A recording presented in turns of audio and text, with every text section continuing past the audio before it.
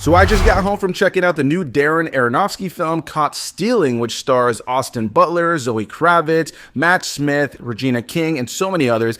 And I'm really happy to start this off by saying that I really loved this film. If you're interested in a more in-depth review, head on over to my YouTube channel. But just here for a quick short video, what I'll say is this is an incredibly well-acted film. Austin Butler is great as our lead character here. He plays a character that, sure, there are little elements that you could say are familiar to other characters, but one thing I love about this character in the film is that he's a character that is really well established. They make you understand the little nuances of this character. They give you the backstory so you understand who he is when we're following him in this film. You get a sense of what his demons are, you understand what his addictions are, but they also set up a nice moral compass for the character, the things that he really likes, the things that he's really engaged in, calling his mom every day, or his absolute adoration for the baseball team, the Giants. I really like these little nuances they gave his character, and I think that Austin Butler 100% understood what the assignment was. He knew what the character needed to be. And I think in collaboration with Darren Aronofsky, they were able to create a really tight character-focused narrative throughout the entirety of the film, which is only elevated by a really strong supporting cast and I think overall a really tight script.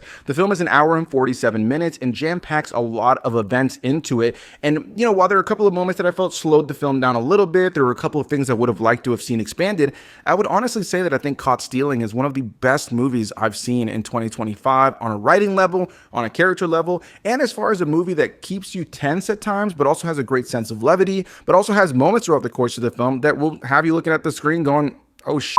I didn't expect that to happen. That was something that consistently kept me engaged with the film. I'd never really found myself bored watching the film. It was engaging. It was fun to watch. It was well acted. And then in terms of filmmaking, cinematography is great musical score, a great use of stunt work when it comes down to car moments in the film, some car stunts, I should say.